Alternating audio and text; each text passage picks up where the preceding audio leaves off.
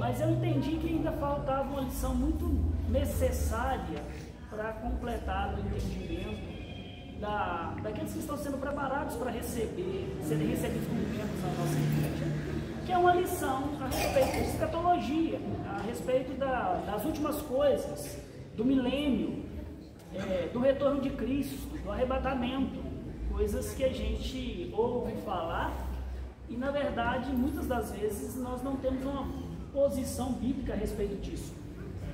Normalmente, quando a gente fala do milênio, a gente fala do arrebatamento, a imagem que a gente tem, não sei quantos aqui já assistiram, é aquele famoso filme Deixados para Trás, né? Começa com a cena do avião e o piloto é arrebatado. Então, normalmente essa é a visão que a gente tem. Então, hoje o que a gente vai fazer é falar a respeito do milênio, como é que, de uma forma geral, os reformados e especificamente a igreja presbiteriana entende a questão do milênio, do arrebatamento, da volta de Cristo e todas essas coisas, tá bom? O versículo que tem que ser memorizado pelos irmãos que estão matriculados na classe Nova Vida, que vão ser recebidos como membros, é Apocalipse 20, capítulo 20, versículo 4. É um versículo relativamente grande, mas ele resume muito bem tudo que a gente vai falar aqui essa manhã. E diz o seguinte: vi também tronos, e nestes assentaram-se aqueles os quais foi dado autoridade para julgar. Vi ainda as almas dos decapitados por causa do testemunho de Cristo, bem como por causa da palavra de Deus. Tantos quanto não adoraram a besta, nem tampouco a sua imagem, não receberam na fronte e na sua mão a sua marca, e viveram e reinaram com Cristo durante 1000 anos. Apocalipse, capítulo 20, versículo 4. Então, a primeira coisa que eu quero fazer nessa manhã é falar um pouquinho a respeito dessa literatura chamada literatura apocalíptica. Onde é que isso nasce? Qual é a origem? Qual é o propósito dela? Essa literatura, ela vai se desenvolver dentro do povo de Israel naquele período quando a literatura profética já havia sido encerrada, já havia sido escrita. E então houve um período que é conhecido como os 400 anos de silêncio, em que Deus não levantou nenhum homem inspirado para falar ao seu povo. Nesse período, então, é que vai nascer entre os judeus essa literatura profética repleta de símbolos, e a intenção dela era explicar aos judeus a razão pela qual, acho que eu estou falando alto demais, a razão pela qual o povo de Deus sofria sobre a face da terra, sob o domínio de outras nações. E eles também vão mostrar, essa literatura vai procurar mostrar quem são os verdadeiros inimigos do povo de Deus sobre a terra. E também sempre aponta para a soberania de Deus e para um momento da história da humanidade em que o Senhor vai intervir na história e então ele vai restaurar todas as coisas e glorificar o seu povo eleito. Meus irmãos, vocês que estão muito pro lado de lá, eu vou pedir para vocês virem para aqui, porque senão tem que aumentar minha voz e eu atrapalho o pessoal lá. Então, foi neste momento da história e com este propósito que nasce esse estilo, esse gênero literário chamado apocalíptico ou apocalipse. Então, o que acontece? O livro de Apocalipse, propriamente dito, ele é escrito no final do primeiro século pelo apóstolo João, e nós entendemos e o reconhecemos como o único que é verdadeiramente inspirado. Esse livro, ele foi escrito com o propósito de consolar o povo de Deus que estava sendo perseguido pelo Império Romano. Então, João escreve o livro de Apocalipse, ele usa essa literatura apocalíptica para poder mostrar para os cristãos daqueles dias que o verdadeiro inimigo do povo de Deus sobre a face da terra não era César e não era o Império Romano, mas na verdade o grande inimigo do povo de Deus era o dragão, que era simbolizado por aqueles poderes daqueles dias, que é a antiga serpente, que na verdade é o próprio Satanás. Satanás. Mas essa oposição e perseguição do maligno não era a realidade final. A realidade final que João nos mostra em Apocalipse é de que Deus, ele virá no final dos tempos em Cristo Jesus e com o seu sopro ele vai destruir todos os inimigos do seu povo. Então foi desta forma que nasce a história ou a literatura apocalíptica e foi por esse motivo que o livro de Apocalipse foi escrito pelo apóstolo João. Agora, tem uma coisa que é muito importante nós sabermos a respeito da literatura apocalíptica. Ela é sempre simbólica e não literal. O gênero apocalíptico, ele é marcado por simbologias.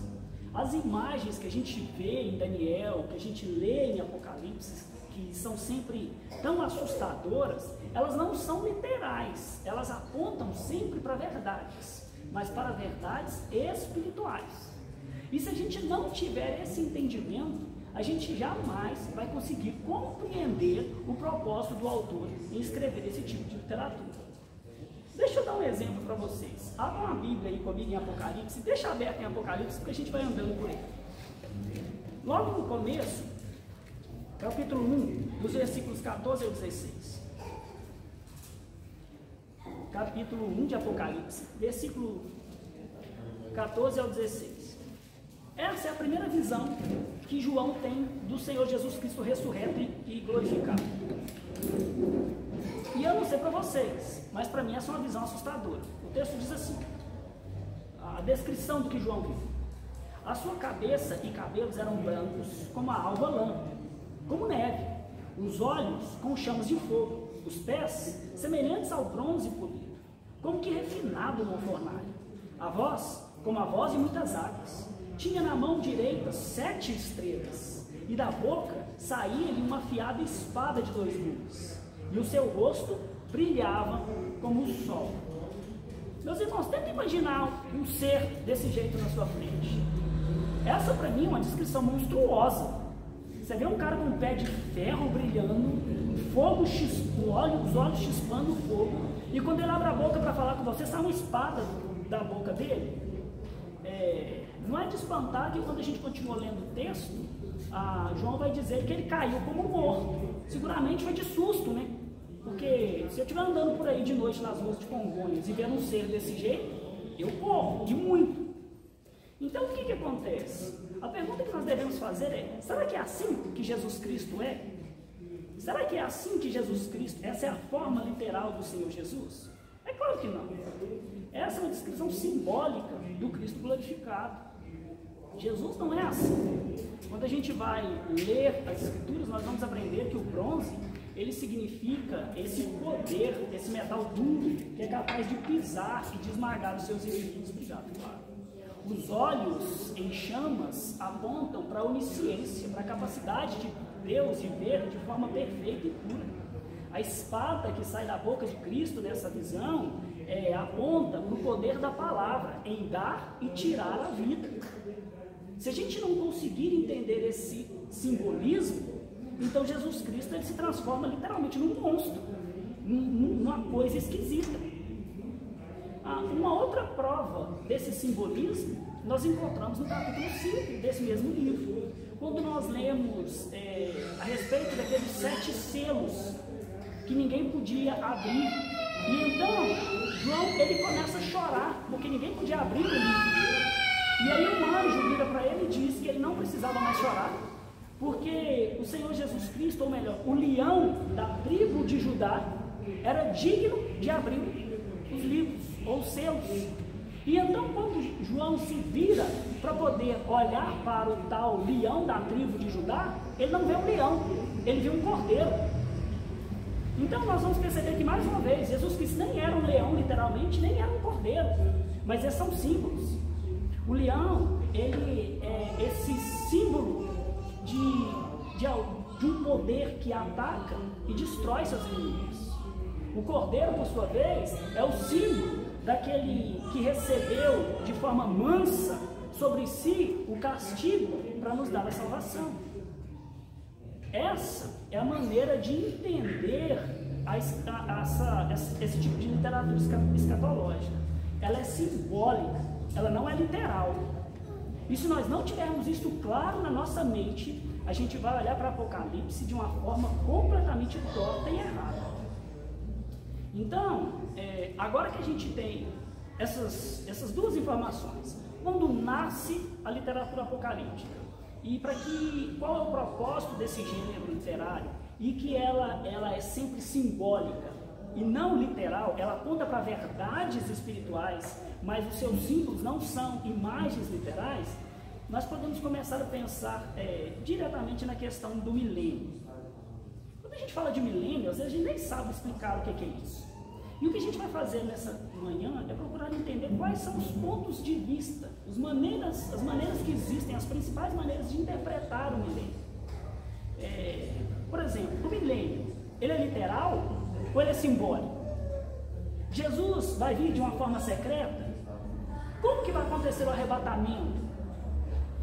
Então, a respeito destas coisas, a respeito do milênio, basicamente existem 4 linhas de pensamento. E quais são elas? O pré-milenismo histórico e o pré-milenismo dispensacionalista. São as duas primeiras. Existe o pós-milenismo e o amilenismo. Milênio refere-se aos 1000 anos que nós vamos ler daqui a pouco lá em Apocalipse 20, no capítulo, nos versículos 2, 3 e 4. E a ideia de pós ou antes se refere à vinda de Cristo. Cristo vai vir antes ou depois do milênio. E é por isso que tem essas posições, então, pré, pós e amilenista. Uns acreditam que Jesus vem antes do milênio, outros acreditam que Jesus vem depois do milênio, e outros acreditam que o milênio está acontecendo agora. E é isso que a gente vai entender hoje. Todas essas visões, elas acreditam que existe um milênio, um período que o Senhor Jesus Cristo irá reinar. A pergunta é, quando acontecerá esse milênio? Depois ou antes da vinda do Senhor Jesus Cristo? Onde será esse reino milenar? Na terra ou nos céus?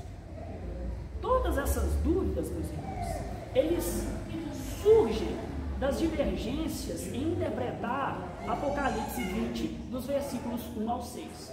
Abra a Bíblia de vocês comigo em Apocalipse 20, dos versos 1 ao 6. Uma coisa que é importante nós entendermos, que o único lugar nas Escrituras onde aparece essa ideia de um milênio, essa ideia de um reino de 1000 anos, é nesse trecho da Bíblia, em nenhum outro lugar. Diz assim a palavra do Senhor, Apocalipse 20, dos versículos 1 ao 6. Me acompanhe. Então, vi descer do céu um anjo, tinha na mão a chave do abismo e uma grande corrente. Ele segurou o dragão, a antiga serpente, que é o diabo, Satanás, e o prendeu por 1000 anos. Lançou-o no abismo, fechou e pôs selo sobre ele, para que não mais enganasse as nações, até se completarem os 1000 anos. Depois disso, é necessário que ele seja solto pouco tempo. E vi também tronos, e nestes sentaram-se aqueles os quais foi dado a autoridade de julgar. Vi ainda as almas dos decapitados por causa do testemunho de Jesus, bem como por causa da palavra de Deus, tantos quantos não adoraram a Deus, nem tampouco a sua imagem, e não receberam a marca na fronte e na mão, e viveram e reinaram com Cristo durante 1000 anos. Os restantes dos mortos não reviveram até que se completasse os 1000 anos. Esta é a primeira ressurreição. Bem-aventurado e santo é aquele que tem parte na primeira ressurreição. Sobre esses, a segunda morte não tem autoridade. Pelo contrário, serão sacerdotes de Deus e de Cristo e reinarão com ele os 1000 anos. Basicamente, as diferenças entre pós-milenismo, amilenismo e pré-milenismo se dão pela forma com que se olha para esse tipo de literatura. Basicamente funciona assim: o pré-milenismo, tanto o histórico como também o dispensacional, eles interpretam o livro de Apocalipse de modo histórico e literal. Ou seja, eles entendem aquilo como as visões que estão ali como algo literal, ao passo que o pós-milenismo e o amilenismo interpretam o livro de forma simbólica e espiritual. Os pré-milenistas, que interpretam de forma literal, eles buscam o sentido do texto ou interpretar o sentido daquelas coisas na história da humanidade. É por isso que eles entendem que o milênio ele será literal. Isto é, o Senhor Jesus Cristo ele vai vir e reinar por 1000 anos de forma terrena, de forma militar, de forma econômica sobre a face da terra. Já os pós-milenistas e os amilenistas entendem as imagens como símbolos. Então eles interpretam o milênio como algo simbólico, que representa o domínio do Senhor Jesus Cristo, o domínio espiritual do Senhor Jesus Cristo durante esse período de 1000 anos, não literal, que representa, na verdade, a completude daquele tempo entre a primeira e a segunda vinda do Senhor Jesus Cristo. Então, basicamente, essa é a diferença entre os pré-milenistas e os pós-milenistas e amilenistas. Entender de forma literal ou não esse milênio. Eu estou falando muito aqui de pós, pré-milenistas, amilenistas, e a gente vai entender exatamente o que significa cada uma dessas vertentes, cada uma dessas visões. Vamos começar falando do pré-milenismo histórico. Como que eles veem isso? Se nós lermos, a gente não vai ter tempo para fazer isso aqui agora, mas quando nós lemos o capítulo 19 de Apocalipse, ali nós vamos ver a descrição do retorno do Senhor Jesus Cristo entre as nuvens, e com ele vem o seu exército para reinar e destruir os seus inimigos. Então Cristo esmaga o anticristo, ele esmaga o falso profeta, ele manda os dois para poder cortar a corda ali do lago de fogo e de enxofre e inaugurar aquele lugar de terror. E então o exército dos céus vem e esmaga os exércitos terrenos inimigos do Senhor.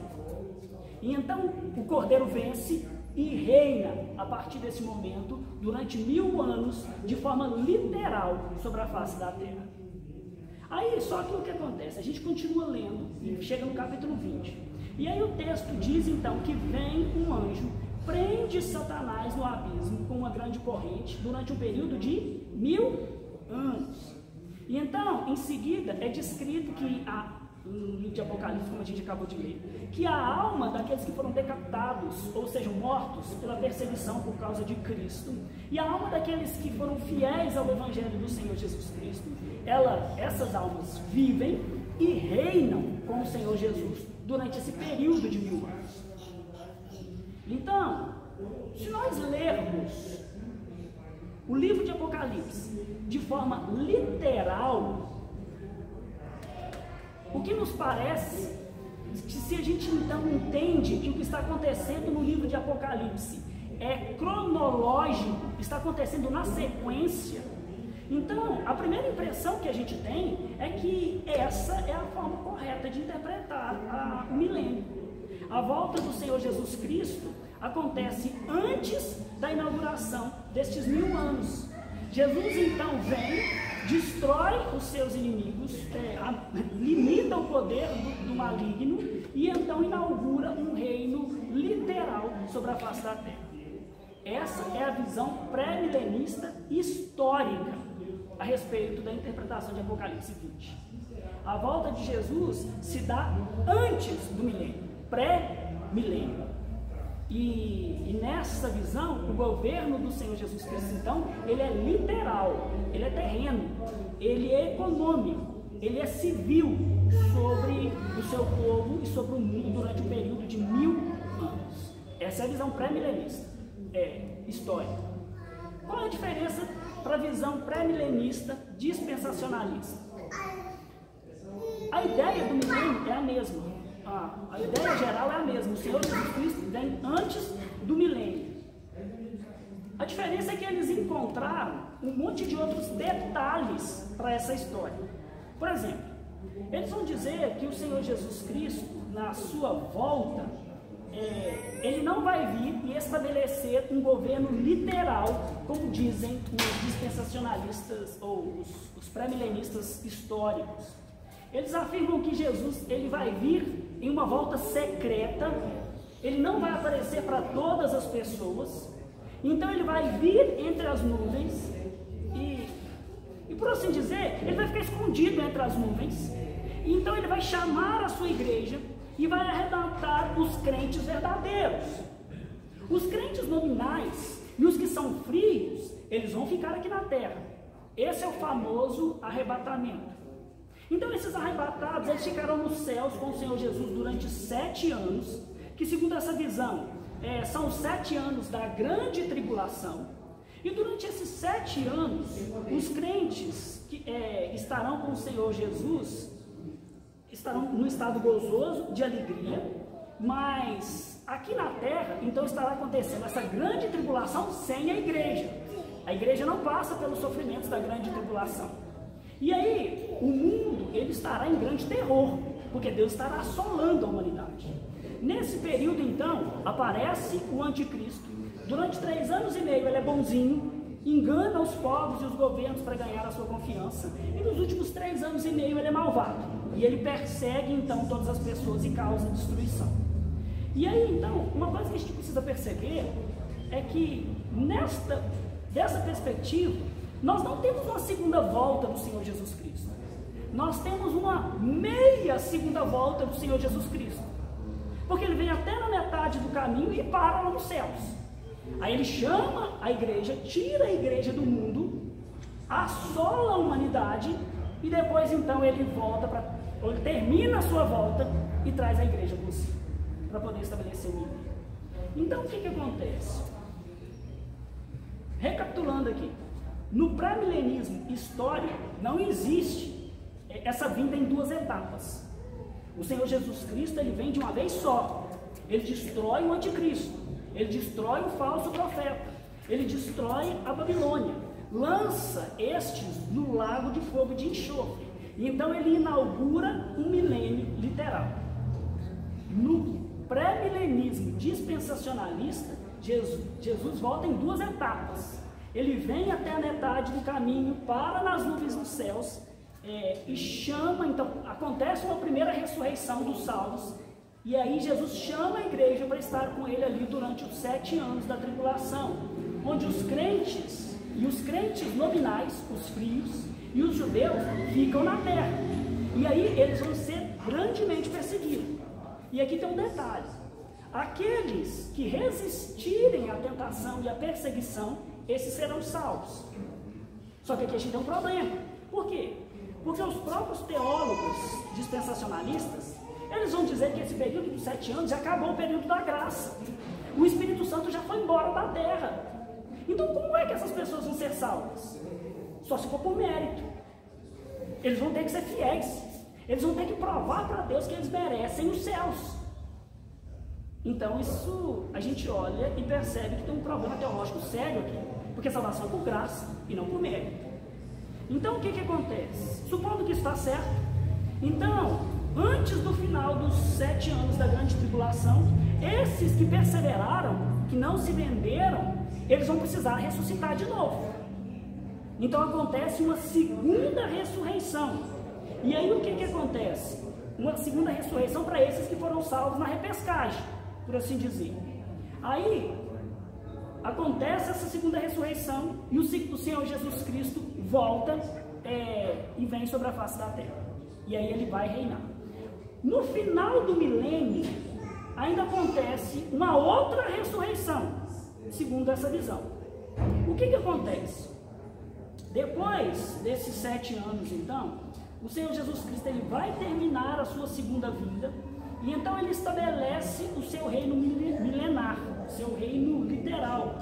Nesse período, segundo essa perspectiva, Israel ela se torna soberana sobre todas as nações da terra, o templo é restaurado, o sacerdócio levítico e os sacrifícios também são restaurados. O que, biblicamente falando, não faz nenhum sentido. Por quê? Porque a Bíblia vai nos ensinar com muita clareza que estas coisas, esses elementos do antigo pacto, elas eram apenas sombras da pessoa e da obra do Messias, que viria completar estas coisas e realizar a salvação dos crentes.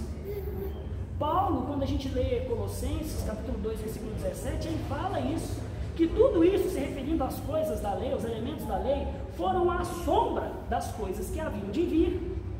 E o autor de Hebreus, ele completa esse ensino de Paulo, dizendo que a lei tem a sombra dos bens vindouros, mas não a imagem real.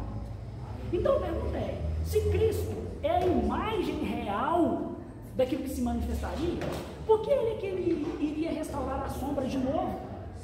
Se o único sacrifício de Cristo foi suficiente para aperfeiçoar para sempre todos os que estão sendo santificados mediante a fé, se o sangue de touros e de bodes não podiam remover definitivamente os pecados, mas o sangue de Cristo já o fez, por que é que ele vai restaurar os sacrifícios? Não faz sentido nenhum. Mas quando a gente olha para essa visão, as coisas ainda não terminaram. Por quê? Porque depois de tudo isso, depois do período do milênio, os dispensacionalistas, de uma forma inexplicável, eles vão dizer que no final deste milênio acontecerá uma terceira volta do Senhor Jesus Cristo, quando ele então vai vir e destruir definitivamente o dragão e estabelecer os novos céus e a nova terra. Meus irmãos, me parece que é muita volta do Senhor Jesus Cristo. Me parece que é muita ressurreição.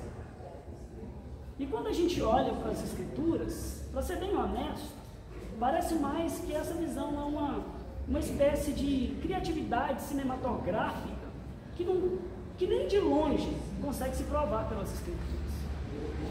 Como é que a gente vai conseguir provar por Apocalipse esse monte de ressurreição?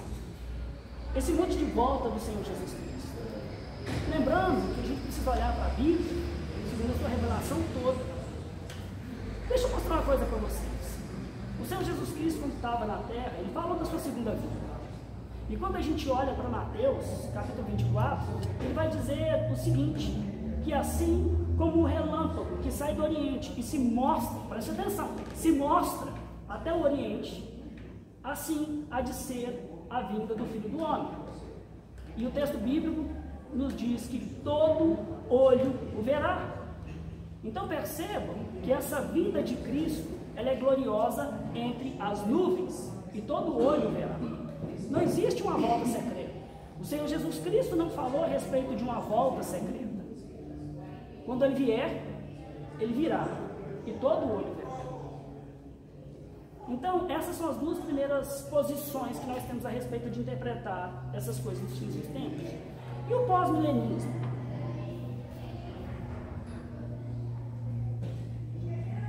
O pós-milenismo é, na verdade, uma visão teológica que ela está em declínio. Existem muitos poucos seguidores dessa perspectiva nos dias de hoje. O pós-milenismo também acredita em um milênio, mas eles não creem que esse milênio se dará com a vinda de Jesus causando essas catástrofes sobre a face da terra, para depois então estabelecer o seu reino. Eles creem o quê? Que o mundo e as sociedades, elas irão gradativamente melhorando aos poucos, à medida que a igreja cresce e o evangelho então é pregado entre todos os povos. Nessa visão pós-milenista, a igreja ela vai influenciar o mundo, vai influenciar a humanidade de tal forma que o mundo vai entrar nesse período dourado da história, o qual eles chamam de milênio, que para eles também não é necessariamente um milênio literal de 999 mais 1, mas pode ser um período simbólico. E então depois desse grande período de paz e prosperidade mundial, o Senhor Jesus Cristo volta. Quando é que essa visão nasce? Quando a gente olha para a história, se a gente olhar para o mundo hoje e fala assim, cara, essa visão não tem nada a ver. Mas quando ela nasceu, ela fazia sentido. Por quê? Porque essa visão, ela é recente, ela nasce no século XIX.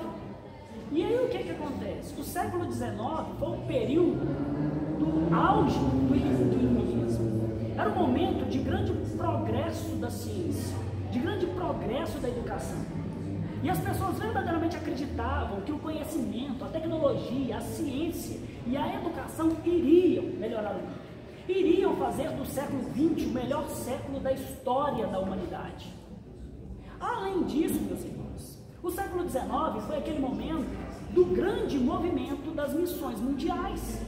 A igreja realmente acreditava que o mundo seria evangelizado totalmente e conversões em massa aconteceriam, então a paz seria selada na humanidade. Mas acontece que aí veio o século XX. E o século XX, ele lançou um balde de água fria sobre esse otimismo humanista e sobre esse erro teológico da igreja. Como? Com as duas guerras mundiais. Essas duas guerras, elas só serviram para mostrar para a humanidade que a ciência, a tecnologia e a educação sem Deus não tornam os seres humanos melhores, só fazem deles máquinas de matar mais eficientes. Sem Deus não há redenção. Então, esses eventos das duas guerras mundiais foi o meio que levou essa visão pós-milenista ao declínio. Nos dias de hoje, ainda nós encontramos teólogos que defendem essa perspectiva, mas são poucos os que seguem ainda essa linha, e à medida que o tempo passa, se torna ainda mais escasso encontrar defensores do pós-milenismo. Então nós já vimos um pouco a respeito do pré-milenismo histórico, do pré-milenismo dispensacionalista, nós entendemos a posição do pós-milenismo. Agora nós precisamos entender o amilenismo. O que significa a palavra amilenismo? Ela significa sem milênio. Por quê? Porque a letra A na língua grega significa não ou sem. É por isso que no grego existe uma expressão que se chama anomos, ou sem lei.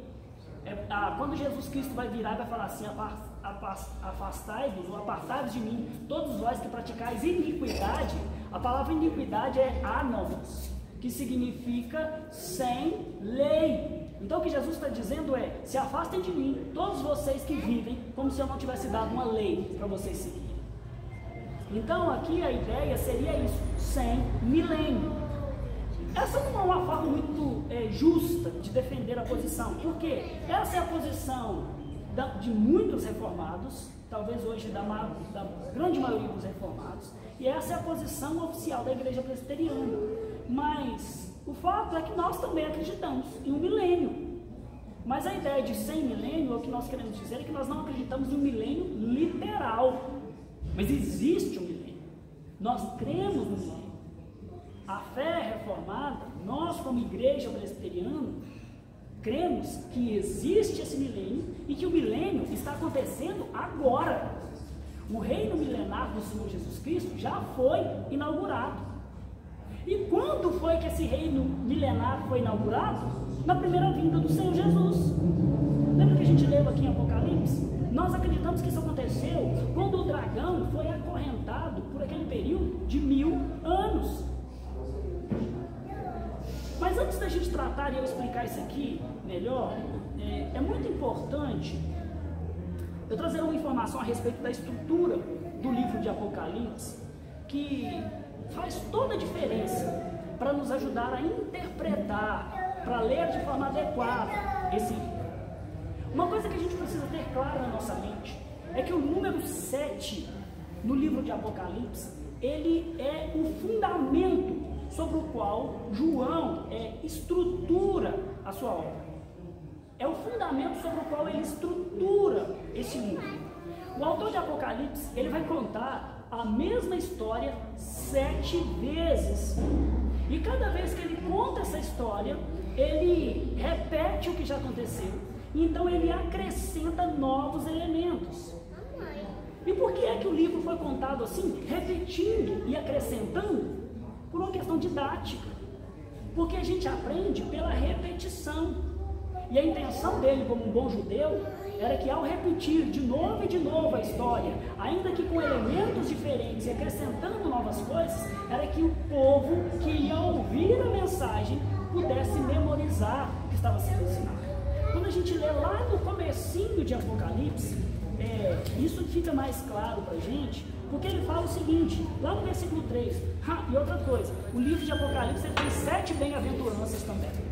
A primeira dessas bem-aventuranças está no capítulo 1, versículo 3, quando ele diz assim: bem-aventurados aqueles que leem e aqueles que ouvem as palavras da profecia. Por que ele está falando aqueles que leem e que ouvem? Porque naqueles dias, essas coisas não eram escritas no iPad, no tablet, no celular, que você pega e procura o texto que você está querendo. Era num rolo. Então uma pessoa lia aquele rolo. Ele lia na igreja e o resto da igreja ouvia. Então ele está falando que existe uma bem-aventurança para aqueles que leem. Você, o anjo da igreja, o pastor da igreja que vai ler é bem-aventurado, e a igreja que ouvir também é bem-aventurada. Então ele conta essa história repetindo ela 7 vezes para que aqueles que ouvem principalmente possam memorizar a história. É isso que a gente vai perceber aqui então. Aí nós vamos então olhar rapidamente para essas. E o livro ele é estruturado em 7 sessões. A primeira sessão, ela vai do capítulo 1 ao versículo 3. E normalmente ela é intitulada, é a sessão introdutória do livro, e ela é intitulada de Cristo e os 7 candeeiros. Os candeeiros aqui, eles são as 7 igrejas do Apocalipse.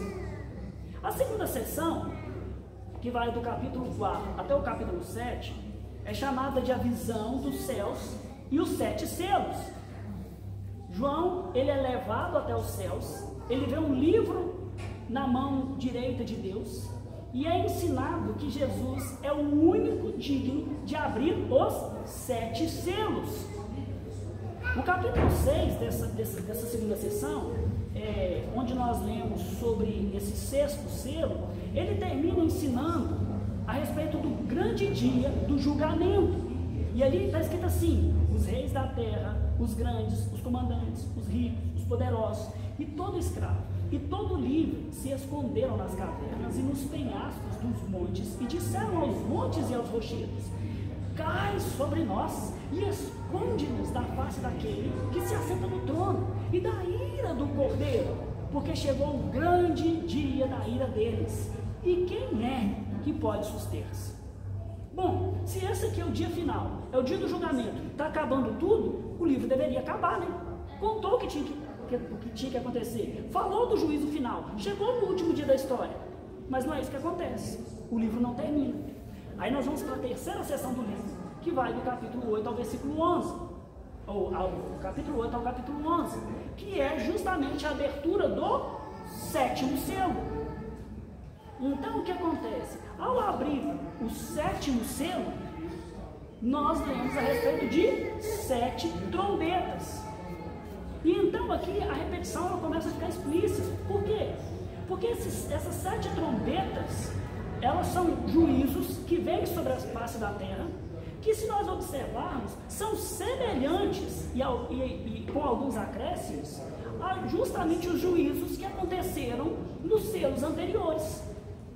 Então João está repetindo a história. A 7ª trombeta, especificamente, quando a gente lê sobre ela, a gente vê que está escrito assim: e o reino do mundo se tornou de nosso Senhor Jesus Cristo, e ele reinará pelos séculos dos séculos. Então percebam que ele está contando o fim da história da humanidade de novo. Ele está repetindo a história, ele está repetindo aquilo que ele já disse. O capítulo, essa sessão, termina falando mais uma vez como a outra, de relâmpagos, de trovões, de terremotos e saraivadas de juízo que virão sobre os incrédulos. Então aqueles que já morreram no final da segunda sessão, estão morrendo agora de novo no final da terceira sessão. Aí nós chegamos à 4ª sessão, dos capítulos 12 ao 14.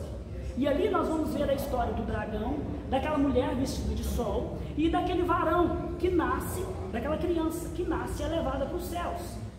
Quando essa criança, que já não é mais uma criança, é levada para os céus, ela lança o dragão para a terra, lança o dragão que estava nos céus para a terra, e então nós lemos a respeito do quê? De 7 vozes de juízo sobre a terra. O capítulo 14 termina dizendo que a terra então foi dizimada pela foice do anjo que estava ceifando as vidas, e o sangue dos homens foi derramado pelo chão. Aí nós chegamos na próxima sessão, dos capítulos 15 ao 16. E como é o título? As 7 taças. Cada taça está cheia de quê? De julgamento. Contra quem? Contra os habitantes da terra. Então nós vemos os mesmos julgamentos sobre a terra, com mais alguns acréscimos. A pergunta é, haja mundo para ser destruído? Não tem mais mundo, não tem mundo que suporta tanto julgamento, que suporta tanta destruição. Então não é difícil notar que, se esses eventos estão acontecendo de forma cronológica, em sequência, não haveria mais mundo para ser destruído. Tudo foi destruído lá no final da primeira sessão. O capítulo 16, ele encerra-se com a declaração de que as ilhas fugiram e os montes não foram achados no dia do julgamento final do mundo. E mais uma vez, uma grande saraivada dos céus caiu e destruiu a vida na terra. Aí a gente chega então na penúltima sessão, na 6ª sessão, que vai dos capítulos 17 ao 19. Então nós vemos a respeito da queda da Babilônia e o que? 7 cenas de julgamento sobre a terra. Essa sessão ela vai culminar então mais uma vez na volta do Senhor Jesus Cristo, que é aquele cavaleiro branco que, descendo dos céus montado no seu cavalo, está cercado pelos exércitos celestes que vêm destruir os exércitos terrenos. Agora, presta atenção como que termina o capítulo 19. Lá no último versículo, diz assim: os restantes foram mortos com a espada que saía da boca daquele que estava montado no cavalo, e todas as aves se fartaram de suas carnes. Meus irmãos, o que a gente está vendo até aqui? Esses já haviam sido mortos no final do capítulo 16. Eles foram mortos no final do capítulo 14. Eles morreram de novo no final do capítulo 11. E mais uma vez morreram no final do capítulo 7. A gente pode morrer. Como é que essa pessoa pode morrer tantas vezes assim? Aí então a gente entra na última sessão, dos capítulos 20 ao 22. E aí o que acontece? João começa a contar a história toda de novo. Perceba que a história está sendo recontada e sempre colocando novos acréscimos. Agora nessa última sessão, na 7ª sessão, João ele vai completar a história. Ele deixa para essa última parte 2 coisas essenciais. Ele já contou como o anticristo e o falso profeta foram destruídos e lançados no lago de fogo de enxofre. Ele já mostrou como a Babilônia caiu, mas ainda falta contar como é que o grande dragão é destruído e onde é que estão essas pessoas que morreram por causa da sua fé. E é isso que ele vai fazer nessa última sessão. Então, como nós lemos, ele abre o capítulo dizendo que vem um anjo dos céus com uma grande corrente, aprisiona o dragão durante o período de 1000 anos. Isso já aconteceu? Nós cremos que sim. Quando é que isso aconteceu? Na primeira vinda do Senhor Jesus Cristo, quando ele sobe aos céus, então ele expulsa o diabo dali.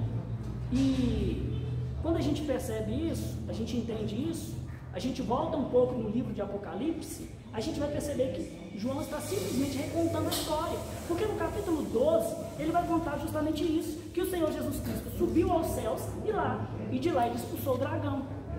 Agora então ele está terminando a revelação, dizendo que o Senhor Jesus Cristo também não só lançou o dragão, Satanás, dos céus, mas restringiu o poder de Satanás, para ele não continuar fazendo uma única coisa. Porque uma das coisas que as pessoas criticam o amilenismo é dizendo que, mas Satanás continua solto e assolando o mundo. Mas nós nunca dissemos que ele não está fazendo isso. Leiam aí para vocês verem um versículo juntamente comigo. Versículo 2. Versículo 3. Lançou, prendeu, colocou um selo sobre ele, lançou no abismo, fechou e pôs um selo sobre ele. Para quê? Olhem o que está escrito aí. para que não mais enganasse as nações. Está dizendo que ele foi proibido de fazer mais alguma coisa? Não, está dizendo que ele foi proibido de quê? De enganar as nações. A pergunta é, o que é enganar as nações? Isso significa que Satanás no Antigo Testamento, ele podia impedir que os povos e as nações fossem salvas, que elas pudessem conhecer ao Deus único e verdadeiro para a sua salvação. No Antigo Testamento ele podia impedir que todos os eleitos de Deus, aqueles que seriam abençoados de todas as nações através da descendência de Abraão, pudessem conhecer a salvação. É isso que é o poder que Satanás tinha no Antigo Testamento. Impedir, enganar os povos para que eles não pudessem conhecer o Deus único e verdadeiro. Quando a gente olha para as Escrituras, no Antigo Testamento, somente Israel era a nação que tinha o conhecimento do Deus único e verdadeiro. Qualquer outra pessoa, de qualquer outra nação que quisesse conhecer o Senhor, Yahvé, precisava vir para Israel. Mas isso acontece por quê? Porque desde a queda, desde quando o pecado entrou no mundo, Deus soberanamente escolheu um só povo sobre a face da terra para revelar-se a este povo, para que a partir dele todos os outros povos o conhecessem. Mas no Antigo Testamento, com exceção de Israel, o Senhor deixou todas as demais nações entregues ao engano de Satanás. Todas as demais nações estavam sob o domínio e a cegueira e o engano do próprio diabo. Mas acontece que quando Cristo então veio e ele consumou na cruz a sua obra para a salvação do seu povo, e quando ele ressuscita e sobe aos céus, ou antes de subir aos céus, ele fala uma coisa interessante para os seus discípulos, num versículo muito conhecido nosso, que inclusive foi o que nós estudamos semana passada, que está lá em Mateus 20, 28, 19. E ele diz o quê? Antes da grande comissão, o que ele diz para os seus discípulos? Toda a autoridade me foi dada. Onde? Nos céus e na terra. Aí ele continua dizendo, ide. Portanto, esse portanto está relacionado a essa autoridade que foi dada para o Senhor Jesus Cristo. E fazer discípulos de onde? De todas as nações. Isso não podia acontecer antes. Os povos não podiam conhecer a Deus verdadeiramente, porque eles estavam sob o engano de Satanás. Então o que acontece? Quando a gente tem esse entendimento, fica fácil entender por que Jesus vira para os seus discípulos durante o seu período terreno, quando ele envia os seus discípulos lá em Mateus 10, e diz para eles o quê? Olha, ide somente às ovelhas perdidas de Israel.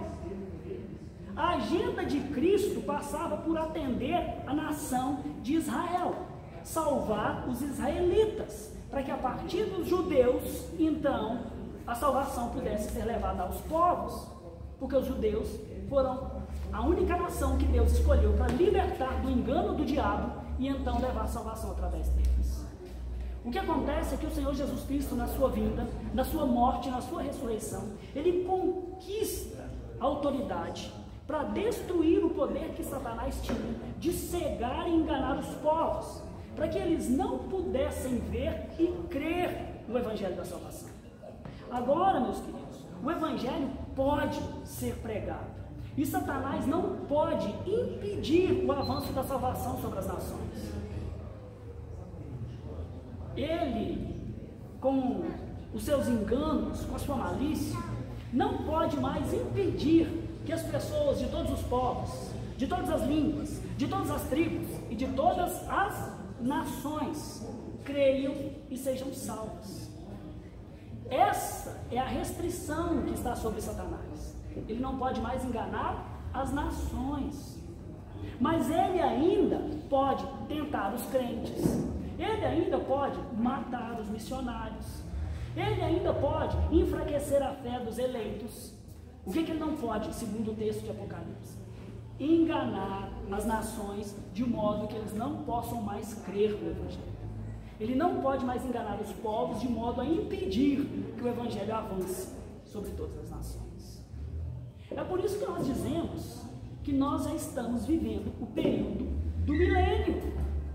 Jesus Cristo já está reinando. Por quê? Porque Ele está conquistando todos os eleitos do Pai de todas as nações, desde a sua primeira vinda. O milênio já foi inaugurado, porque Cristo, quando veio, Ele amarrou o valente. Sim, Ele restringiu o poder dele de enganar os povos. Então agora o Evangelho avança com autoridade para salvar e abençoar todas as nações da terra. Entende por que Deus disse isso para Abraão lá no começo, em Gênesis 12? Em ti serão benditas todas as nações da terra. É pela sua descendência que eu estou reservando um povo que vai me conhecer. E é pela sua descendência que eu vou destruir o poder do diabo, impedir que ele engane os povos e todas as nações vão me conhecer. Isso significa, meus irmãos, que no dia do Senhor, diante daquele grande trono branco, não faltará representante de nenhuma tribo, de nenhuma língua, de nenhuma nação, de nenhum povo. De todas as partes do mundo haverão representantes glorificando o Senhor. Então, tendo isso em mente, fica fácil entender uma resposta estranha que o Senhor Jesus Cristo dá para os seus discípulos, lá em João 14, nos versos 31 e 32, no Evangelho de João, quando aparecem os gregos no final do ministério terreno do Senhor Jesus, e dizem que querem falar com Jesus. Só que aí os discípulos, o cara é grego, né? Fica segurando o negócio. Ele fala assim, mas vamos falar com Jesus, né? Vai que...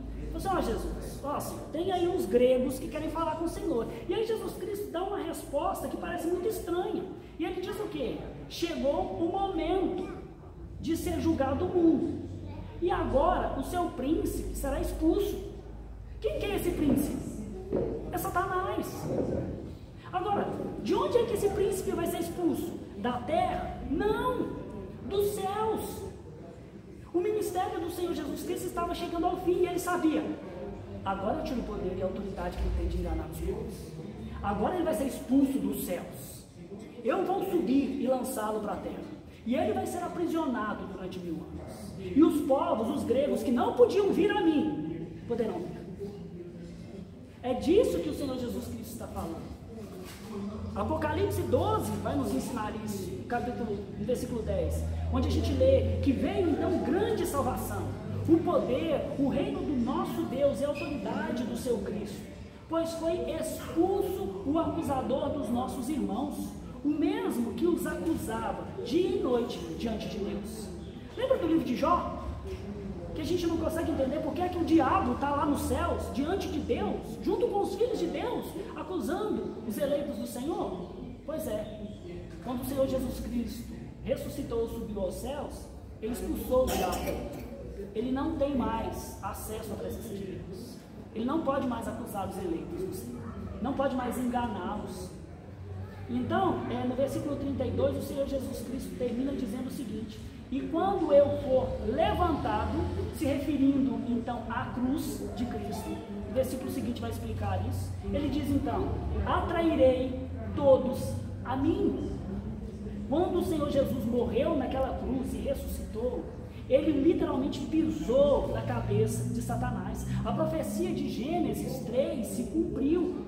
Então ele retirou a autoridade e o poder que o inimigo tinha de enganar as nações, o poder de restringir os povos, os eleitos, de virem a Cristo. Toda a autoridade foi entregue ao Senhor Jesus Cristo. O que a gente crê é que ele já está reinando agora. O milênio já está acontecendo agora. Ele já está atraindo para si os eleitos do Pai agora. O poder de Satanás de enganar as nações, os eleitos do Senhor, está restringido agora, de modo que ele não pode mais impedir que os eleitos sejam atraídos a Cristo, pela graça e pela pregação do Evangelho.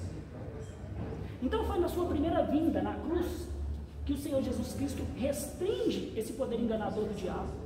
Ele inaugura o milênio, e então ele liberou o Evangelho para ser pregado em todo o mundo, com o poder para salvar o povo de Deus. E o que acontece durante esse milênio, então? Durante o milênio, que nós entendemos não como literal, 1000 anos, 999 mais 1, mas é um período indeterminado, que foi iniciado na primeira vinda do Senhor Jesus Cristo, e vai terminar somente na sua segunda vinda.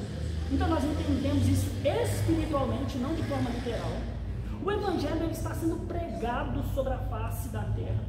Conversões em massa estão acontecendo na história da humanidade.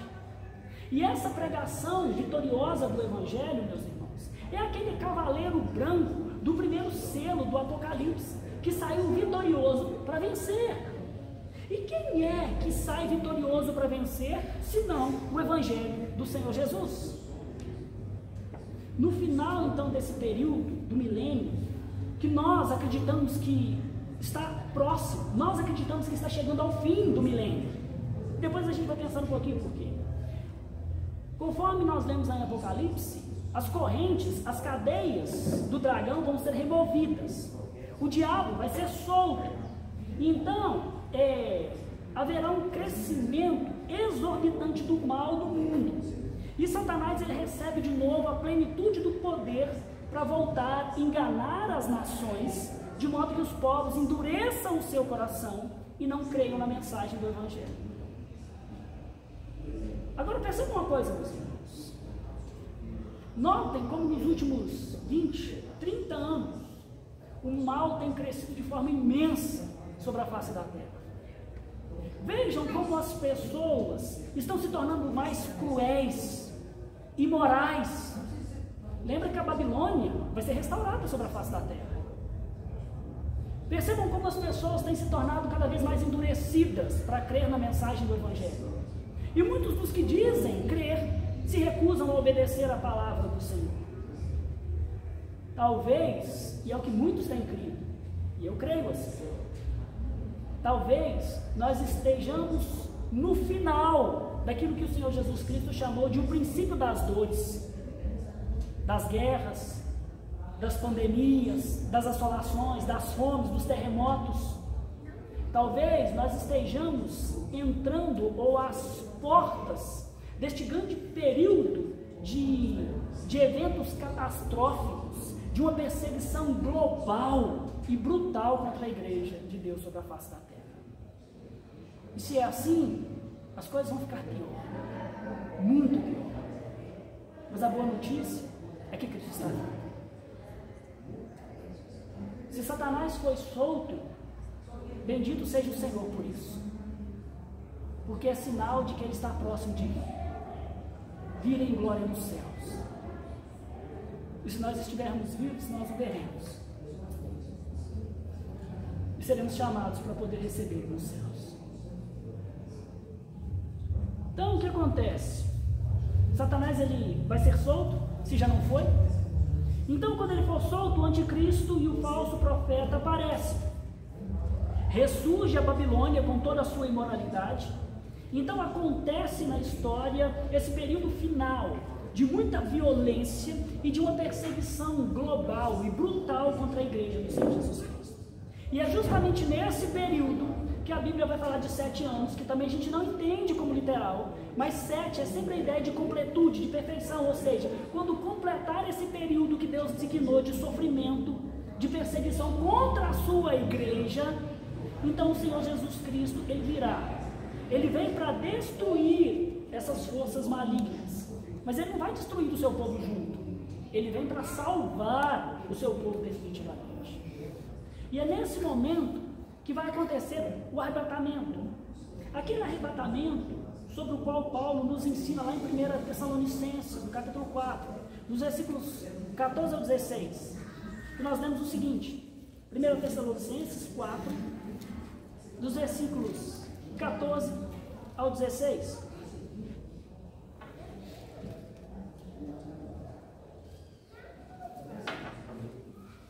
Dada a sua palavra de ordem, ouvida a voz do arcanjo e ressoada a trombeta de Deus, descerá dos céus. Quem? Cristo. E os mortos em Cristo ressuscitarão primeiro. Depois nós, os vivos, os que ficarmos, seremos arrebatados juntamente com eles, entre nuvens, para o encontro do Senhor nos ares. E assim estaremos para sempre com o Senhor. Isso aqui é literal. Isso aqui é epístola. E epístola não é gênero apocalíptico. Acontecerá literalmente um arrebatamento. Paulo está dizendo que o Senhor Jesus, quando estiver vindo, ele vai ressuscitar os que morreram nele, os corpos desses, e os que estão vivos serão glorificados e serão levados aos céus para se encontrar com ele. Então, nessa segunda e única vinda do Senhor Jesus, os mortos em Cristo serão levantados, os crentes vivos receberão corpos glorificados, e então a igreja, em uníssono, ela subirá até os ares para recepcionar o Senhor Jesus Cristo e fazer o quê? Não voltar para a terra? Não! Ela se encontra com o Senhor Jesus Cristo na terra e escolta ele em honra de volta para a nova terra e para os novos céus. A igreja ela não é retirada definitivamente da terra. Ela é chamada então para ir ao encontro do Senhor nos ares e recepcioná-lo, e então entrar com ele em glória nessa nova criação. A palavra usada aqui para esse encontro da igreja com o Senhor Jesus Cristo, nos dias dos apóstolos, ela era usada num contexto militar.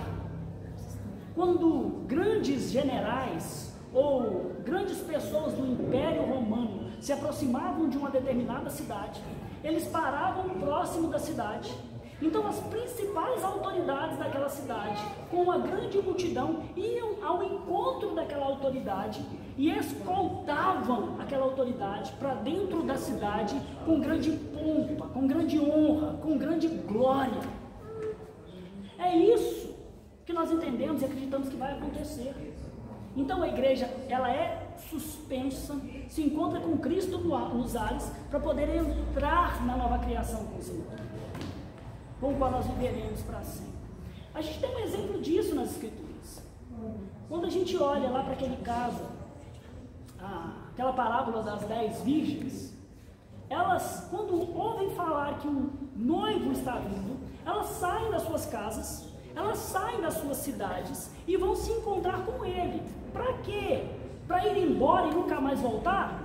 Não! Lembra, o noivo está vindo ao encontro delas.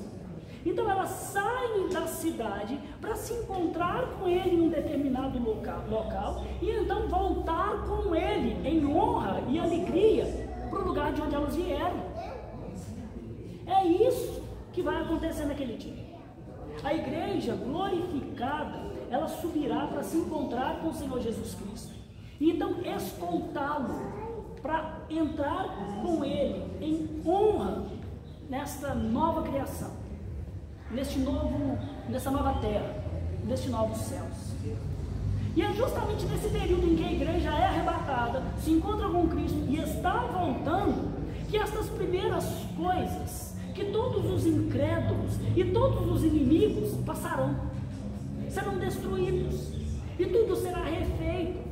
E então o Senhor fará aquilo que João nos ensina, que são esses novos céus e essa nova terra, onde os eleitos do Senhor habitarão com Cristo pelos séculos dos séculos. É assim que nós entendemos o arrebatamento. Após então esse período de grande tribulação, isto é, dessa grande perseguição do anticristo e do dragão contra a igreja, Cristo vem arrebatar o seu povo.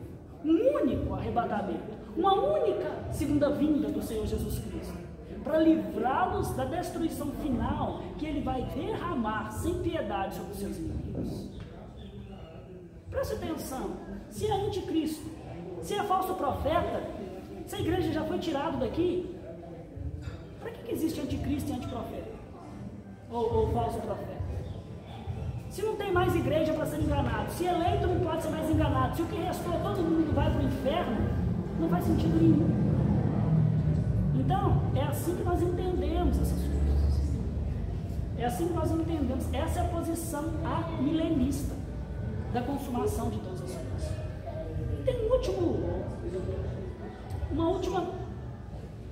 último ponto que precisa ser esclarecido. Qual é a natureza desse reino? Como é que isso afeta a nossa vida?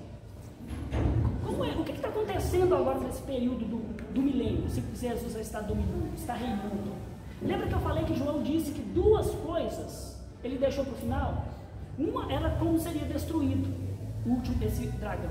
E aqui ele falou isso, o dragão então, ele vai ser, nessa parte final do 20 ao 22, ele vai explicar que o dragão, ele vai ser morto e ele vai ser definitivamente lançado na perdição. E aí o que acontece? Mas ele também vai falar para a gente a respeito do que está acontecendo com aqueles que morreram em Cristo.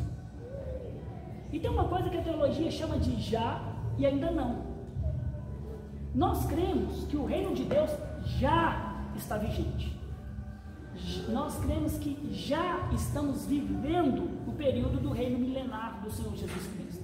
Mas aqui na terra, ele ainda não se manifestou na sua plenitude. Isso é o que a igreja chama desse já e ainda não.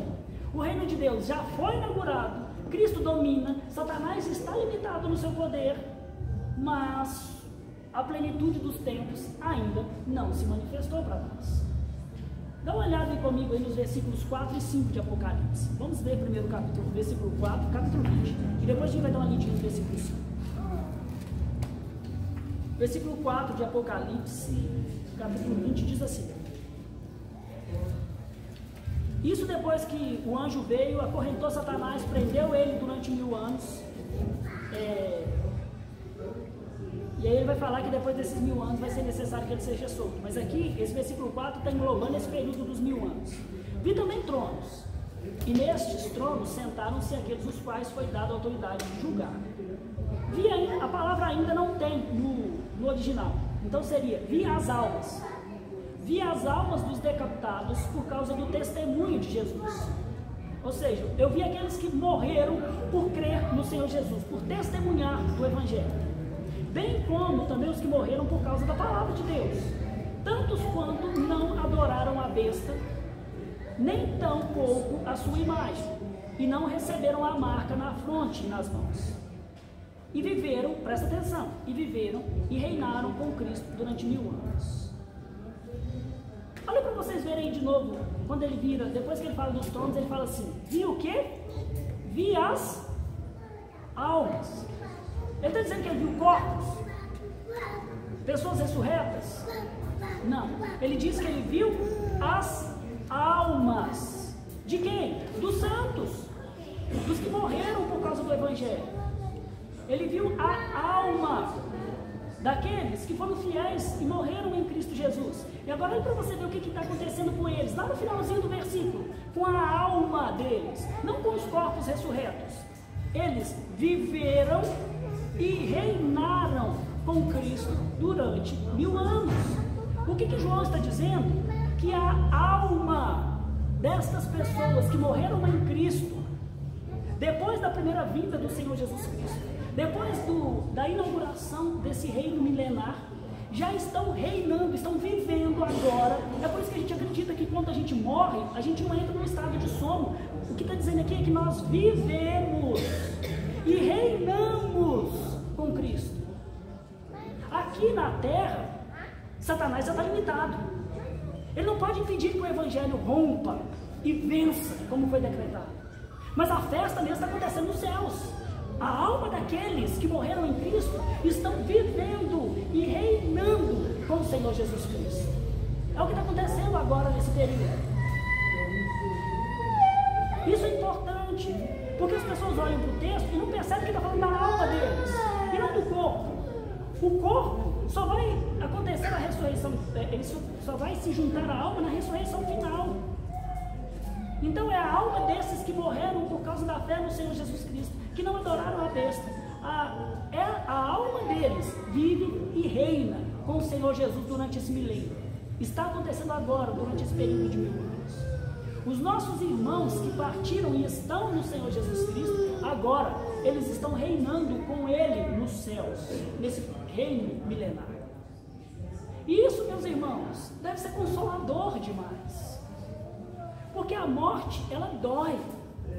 Ela é poderosa, mas ela não vence o Cordeiro de Deus. Isso significa que cada amigo, que cada irmão, que cada parente, que cada pai, que cada filho que partiu deste mundo separado do Senhor está mais vivo do que nós agora. Que partiu junto do Senhor está com Cristo. E nós vamos nos encontrar com eles de novo naquele dia. É por isso que quando nós nos despedimos de alguém que nós amamos, que partiu em Cristo, nós choramos. Porque nós vamos sentir saudades deles. Mas o nosso choro dura só uma noite. Porque quando a gente lembra, ele está vivo. E ele está reinando com Cristo. Isso traz consolo e conforto. Traz esperança e alegria. Agora olha o finalzinho olha comigo o versículo 5. E diz assim: e o restante dos mortos não reviveram até que se completassem os 1000 anos. Esta é a primeira ressurreição. Mas, Bueno, você acabou de falar que só tem uma ressurreição. E aqui eu estou falando de primeira ressurreição. Tem mais de uma ressurreição? Tem, claro que tem. Mas primeiro vamos tratar aqui desses restantes. Vamos tentar falar, os restantes dos mortos não reviveram. Quem são esses restantes dos mortos? Os não salvos. Por quê? Porque eles não participam deste reino com Cristo. Aqui, se a gente olhar, a palavra que foi traduzida aqui por não reviveram, é a mesma palavra que no finalzinho do versículo 4 fala que eles viveram com Cristo e reinam com Cristo. É a mesma palavra, então não tem que ser traduzida por reviveram, deve ser traduzida por não vivem com Cristo. É isso que está dizendo isso aqui. Então, a ideia é que, diferente das almas daqueles que morreram por causa da fé no Senhor Jesus Cristo e que não se corromperam com as seduções do diabo, diferente da alma destes que agora estão vivendo e reinando com o Senhor Jesus Cristo, os incrédulos, que são os restantes dos mortos, não estão vivendo com o Senhor Jesus. Eles estão em tormentos no inferno, separados de Deus. E aí o versículo termina dizendo o quê? Afirmando que esta é a primeira ressurreição. Que primeira ressurreição? A primeira ressurreição é isso que João acabou de explicar para a gente. É a subida da alma dos salvos até os céus, para viver e reinar com o Senhor Jesus Cristo. A palavra ressuscitar significa subir, erguer. É isso que significa ressuscitar. Então a alma destes que morreram no Cristo foi elevada, subiu, foi erguida até os céus. E quando o cristão morre fisicamente, então a sua alma, por assim dizer, está ressuscitando, está sendo erguida até os céus, e ele está vivendo com Cristo. Essa é a primeira ressurreição. E vai ter uma próxima? Vai! Quando? Quando o Senhor Jesus Cristo vier. Lembra que Paulo fala? Então os mortos serão ressurretos. Agora presta atenção, versículo 6 acaba dizendo assim, mais uma das bem-aventuranças do livro: bem-aventurado e santo é aquele que tem parte na primeira ressurreição. Sobre esses, a segunda morte não tem autoridade, pelo contrário, serão sacerdotes de Deus e de Cristo e reinarão com ele os 1000 anos. O que está dizendo aqui é que esses são bem-aventurados. Por quê? Porque quando a segunda morte, que é aquele juízo final, onde as pessoas serão lançadas juntamente com o diabo, juntamente com o falso profeta, com o dragão, no lago de fogo de enxofre, e então os inimigos do Senhor serão lançados ali também. Essa é a segunda morte. Essa segunda morte não tem mais domínio sobre os que estão com Cristo agora. Eles são bem-aventurados, eles estão felizes, eles estão passando o período dos 1000 anos em alegria com o Senhor Jesus, vivendo com Ele, servindo Ele, governando juntamente com Ele. Então essa é a natureza do reino milenar do Senhor Jesus. Ele já existe, já está em andamento. Os santos já estão vivendo e reinando com o Senhor Jesus Cristo nos céus. Mas aqui na terra, esse reino ainda não se manifestou na sua plenitude. Nós, os salvos, estamos aguardando a segunda e definitiva vinda do Senhor Jesus Cristo, quando os corpos dos que morreram no Senhor Jesus serão ressuscitados E então serão unidos as almas desses que já estão no céu com o Senhor Jesus. E juntamente com Cristo eles virão com o Senhor. E nós, ou os que estiverem vivos naqueles dias, serão glorificados e serão levados ao encontro do Senhor e do seu povo nos céus. Então, os verdadeiros crentes se unirão, os que estiverem aqui na vida do Senhor Jesus, se unirão com os verdadeiros crentes que já estão reinando e vivendo com o Senhor Jesus nos céus. E nós então vamos recepcionar Cristo nos ares, para que junto com Ele nós possamos entrar em uma vitória triunfal nesta nova criação restaurada, nesta nova terra e nestes novos céus, com o qual nós viveremos com Cristo pelos séculos dos séculos. Esse é o amilenismo. Então estas são as posições que nós temos. E aí, meus irmãos, eu quero terminar essa lição dizendo que, apesar de essa ser a minha convicção pessoal e de ser a posição oficial da Igreja Presbiteriana do Brasil, nenhum ser humano pode dizer ortodoxamente, ou seja, infalivelmente, que sabe exatamente como irá acontecer todas as coisas na vida de Cristo. Todas essas 4 visões que eu apresentei aqui, o pré-milenismo histórico, o dispensacionalista, o pós-milenismo e o próprio amilenismo, que é a posição oficial da Igreja Presbiteriana, são meios humanos de interpretação das últimas coisas. E nós podemos falhar na nossa interpretação. Mas eu humildemente, eu realmente acredito que o amilenismo é a visão que melhor explica o retorno do Senhor Jesus Cristo, o fim dos tempos, o arrebatamento, a grande tribulação e todas as outras coisas que são descritas no livro de Apocalipse. Por que é importante eu dizer isso? Porque se de repente você que está aqui é membro dessa igreja, ou quer tornar-se membro dessa igreja, e tem uma convicção escatológica a respeito dessas coisas diferente da interpretação que nós, como Igreja Presbiteriana, temos,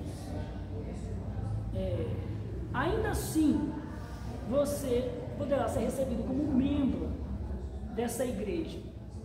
Isso não impedirá de modo nenhum que você seja recebido como membro dessa igreja. A única coisa é que, se você vem e crê de uma forma diferente, é necessário que a posição da igreja seja respeitada. Você não pode discutir com os irmãos da igreja que creem dessa forma. Entrar em discussões teológicas tentando provar que eles estão errados. Por quê? Porque escolher uma igreja, meus irmãos, é escolher uma interpretação bíblica. E como eu disse, de forma majoritária, a Igreja Presbiteriana entende as coisas finais dessa visão, por essa visão amilenista. Nós cremos que o milênio, ou seja, esse domínio milenar de Cristo, está em andamento agora, que as almas dos santos já estão vivendo e reinando com Ele nos céus, mas que aqui na terra o reino ainda não se manifestou na sua plenitude, pois nós estamos esperando esta única e gloriosa segunda vinda do nosso Senhor e Salvador Jesus Cristo, quando todas as coisas serão consumadas. O mal será definitivamente destruído pelo sopro da sua boca. Os mortos ressuscitarão e os que estiverem vivos serão glorificados para nós vivermos e reinarmos em eterna glória e felicidade no novo céus, na nova terra, com nosso Senhor. Amém?